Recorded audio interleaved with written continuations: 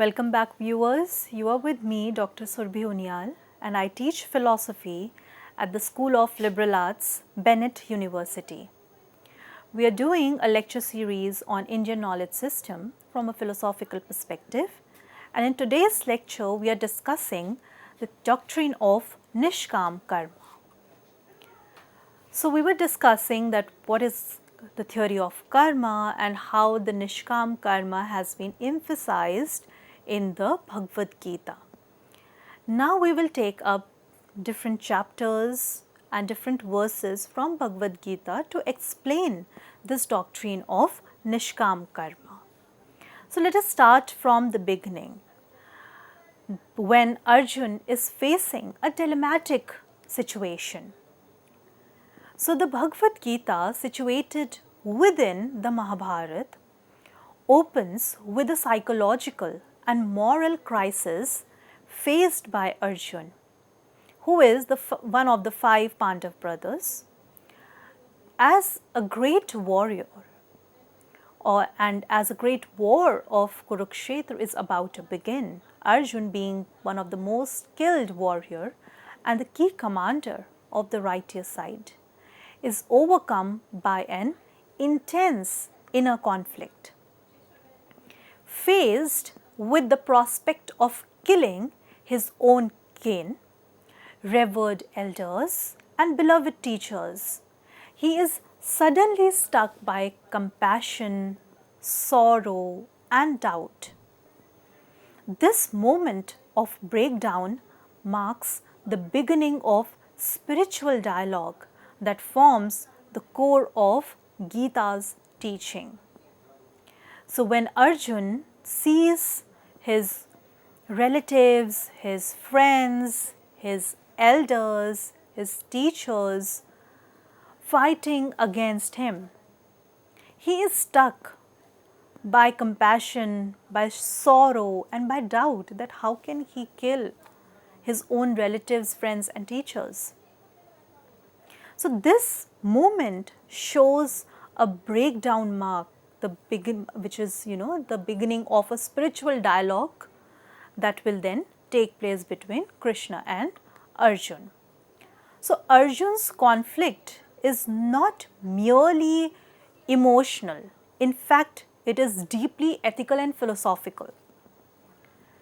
So the question whether it is right to pursue victory and kingdom at the cost of massive bloodshed and destruction of family bonds. So Arjun is at a position where he is facing this ethical dilemma, whether he should fight against the people who have done wrong actions and to uphold dharma, whether he should fight and kill those who belong to him, let's say his family, relatives, friends and teachers. Whether he should uphold dharma or whether he should kill them, or whether he should just leave without killing anyone and leave the fight. So his dilemma touches upon key human themes, which are the morality of duty, the fear of consequences and the role of violence. So morality, when he is thinking that it is his dharma to fight in the battlefield, to uphold the dharma. But there is also a fear that he is facing, the fear of the consequence, that if he is going to fight in the battlefield, he would kill his relatives and friends and teachers. So there is a fear of consequence. And then there is a role of violence, that whether killing is, it is actually ethical or not. So his words are heavy with grief and confusion as he lays down his weapons and refuses to fight.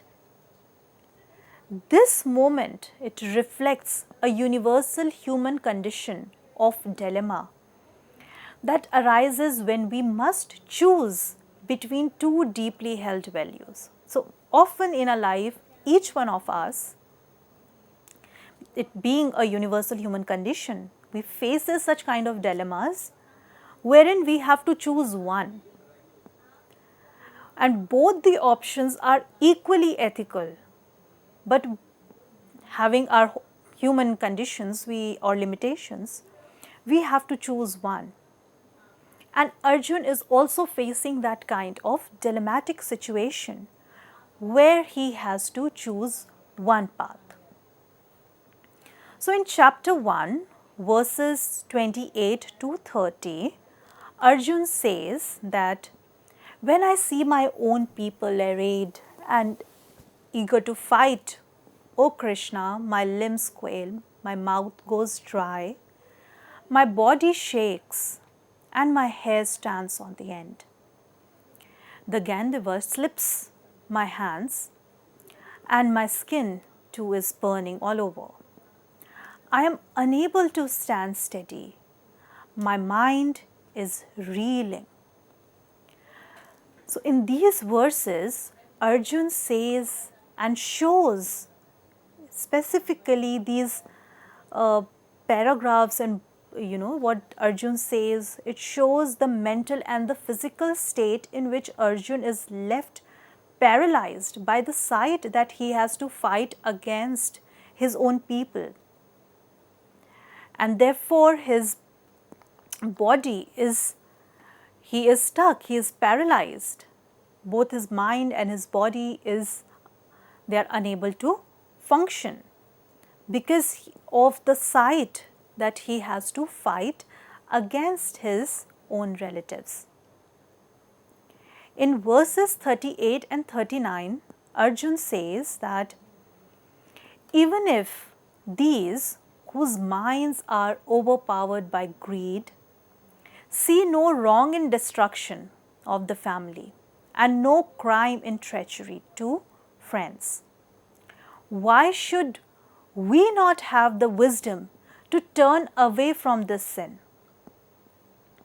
So when Arjun, when he sees this side that he has to fight against his relatives, he thinks of withdrawing himself from fighting on the battlefield. So he says to Krishna that he doesn't want to fight against and he doesn't want to kill his own people. And he gives various reasons why he doesn't want to kill them, because killing in itself is bad, because he is worried about the consequences, that if he kills them, how is he going to go back to the kingdom and face those people whose family members he has killed, and various other arguments that how can he kill his teachers, etc., etc. So he says that he is not going to fight in the battlefield now. And he then says that those others who who is fighting against, even if their mind are overpowered by greed and they see no wrong in destruction of the family and friends, why should we not have the wisdom to turn away from this sin, the sin of killing each other? So he is raising this question to Krishna that they don't have that wisdom, but we do. So why can't we use that wisdom and turn away from this sin of killing our relatives and friends? So here we can see that Arjun's attachment to his relatives, his concern for the kingdom, and his worry about the karmic consequences of the battle create complete inaction, because he has surrendered. He said that he is not going to fight, and this shows this attachment and his concern, the consequences that's going to bring in. He then leads to the idea of inaction, that he is not going to fight in the battlefield. Then Lord Krishna responded to Arjun in chapter 2, verse 2, where he points out that Arjun's confusion is inappropriate and ill-timed, as it is arising at a very important action is needed the most. So, at the time when action is needed the most, at this time Arjun is having a confusion and which is inappropriate and which is ill-timed. So, chapter 2 provides a guide to Arjun and to the readers to act in the world without being bound by it. So, Krishna's response to Arjun teaches how to live with clarity, with courage and inner peace through self-knowledge and dutiful action. So, Krishna then gives Arjun the argument of immortality of the soul to prove that in killing on the battlefield, Arjun is only killing their body, not the soul, because the soul is immortal. So, when Arjun wasn't sure, when he has given up that he is not going to fight on the battlefield, and that how can he kill his relatives, his friends and his teachers, Krishna then gives him the line of arguments to show that in killing on the battlefield, Arjun is not really killing anyone. He is only killing their bodies, as the soul is immortal, the soul is, it is going to move from one body and it would take another body. So, he is not killing anyone per se. So, if Arjun is confused and has a fear that he is going to kill the other person or his relatives, Krishna is trying to tell him that you are not really killing anyone, because the soul is immortal, you are only killing their body. So, he says that in verses 11 and 12, Krishna tells Arjun that while speaking learned words, you are mourning for what is not worthy of grief. Those who are wise lament neither for the living nor the dead. Never was there a time when I did not exist, nor you, nor all these kings, nor in the future shall any of us cease to be. So, these verses tells us that none of us ever died or not existed, be it, he says, not neither you nor me nor these people that you are fighting against, because it never ceased to be. It's only going to change its form, it's only going to be manifested in different ways in different bodies, but the soul would never die. So, Krishna is not merely consoling Arjun, but revealing the fundamental error in his perception, as grief arises from identifying the eternal self with the temporary body. So, this philosophical argument tells us the immortality of the soul, and what Krishna is trying to tell Arjun is that the grief is arising because of the ignorance, because of the misidentification of the eternal self with the temporary body, and that is why Arjun is feeling sad of killing the other, because he is misidentifying the eternal soul with the body. So, the argument becomes more specific in verse 13, where he says that as the embodied soul continuously passes in this body from childhood to youth to old age, the soul similarly passes into another body at death. A sober person is not bewildered by such a change.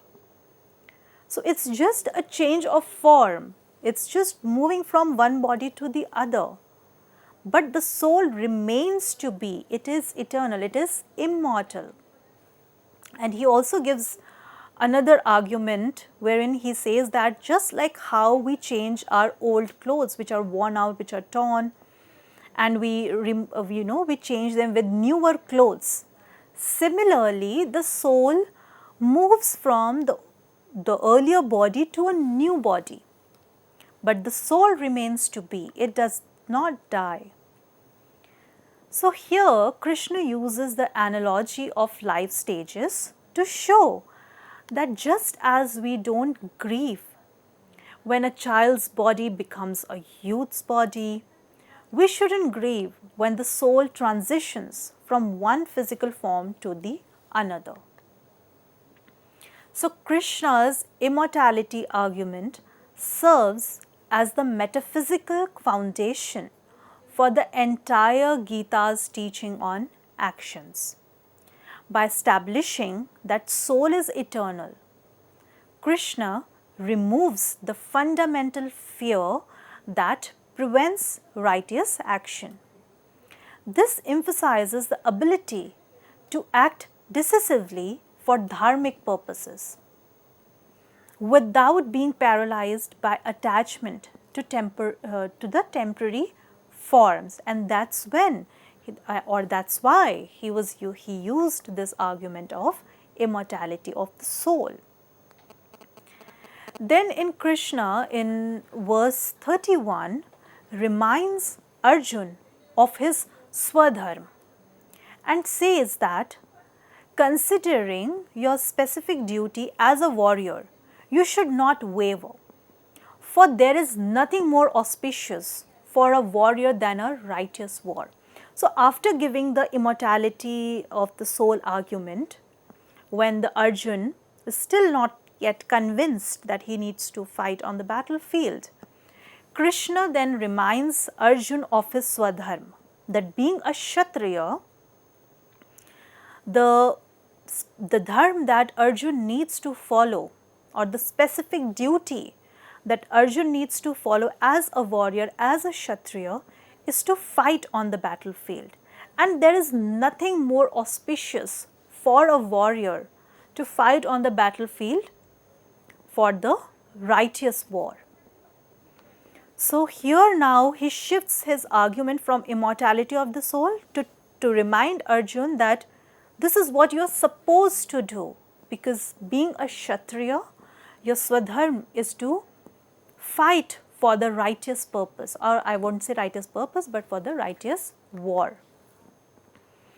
So he says, and that's where he gives his arguments that for Arjun, born as a Kshatriya, his duty is to uphold righteousness, dharma, through courage and action, specifically or especially in the battle.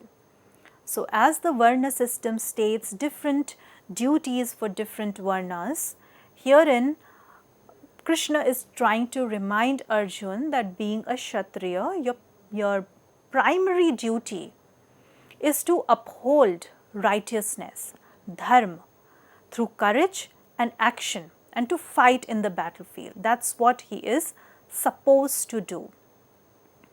Then in verse 33, he warns Arjun, because Arjun is still not yet convinced. So he then warns Arjun that if, however, you do not perform your righteous duty of fighting, then you will certainly incur sin for neglecting your duties and thus lose your reputation as a fighter. So this introduces the karmic dimension in avoiding one's dharma doesn't lead to spiritual safety, but rather creates negative karma through the sin of neglecting the duty. So if Arjun is thinking that if he fights and if he kills his relatives and friends and teachers, he is doing a sin, and therefore he should not perform that action of fighting, here Krishna reminds Arjun again, or warns Arjun, that the bigger sin for you being a Kshatriya is not to perform your duty of fighting. So, if you do not perform your righteous duty of fighting, that is when you are going to incur sin, because you are neglecting your duties, and you would also lose your reputation as a fighter, right? And then in verse 34 and 35, Krishna shows how avoiding dharmic action creates both immediate karmic consequences, wherein Arjun would lose his reputation and his honor, and long-term spiritual consequence, which is the karmic impressions of cowardice and duty neglect that will follow the soul into the future lives, because that is the sin that he is doing by not performing his action. Being a Kshatriya, he is not fighting on the battlefield, so he would face immediate karmic consequence of losing his honor and reputation, and the long-term spiritual consequence of facing the consequences in the next life, or follows the soul into future lives that he is going to face. So, Krishna's arguments shows how proper understanding of karma transforms our relationship to dharma. Initially, dharma appears as an external obligation, as Arjun must fight because of society, because of tradition, and cosmic order demands it. So, that how it appears as an external obligation. But through the karma teaching, Krishna reveals that dharmic action, when performed without attachment, becomes the very means of transcending the karmic bondage. So, it has both external as well as internal understanding, wherein you are performing an action because that is what the society demands, that is the tradition and the cosmic order. But also it has a karmic understanding, wherein if you are doing an action or a dharmic action which the dharma or the duty demands, then it is going to help you to transcend the karmic bondage. And that's when he then talks about the Niṣkāmakarma, that how that action, which is a dharmic action done for the sake of duty, how that action is going to lead to liberation. And in doing so, therefore, Krishna then talks about the Niṣkāmakarma. So, in verse 47, Krishna says that you have a right to perform your prescribed duty, but not the fruits of action. Never consider yourself the cause of the results of your activities, and never be attached to not doing your duty. So, what one has to do is just to perform the right prescribed duty and not be concerned about the fruits of the actions that one is performing. And also never consider yourself the cause of the result, because the cause of the results are not in your hands. So, what's going to come in, the consequences of the actions are not in our control. So, something which is not in our control, why should we bother about it? Why should we be attached to those results which are not in our control? What is in our control is only the action. We can only perform our action. We cannot control the consequences that it's going to follow.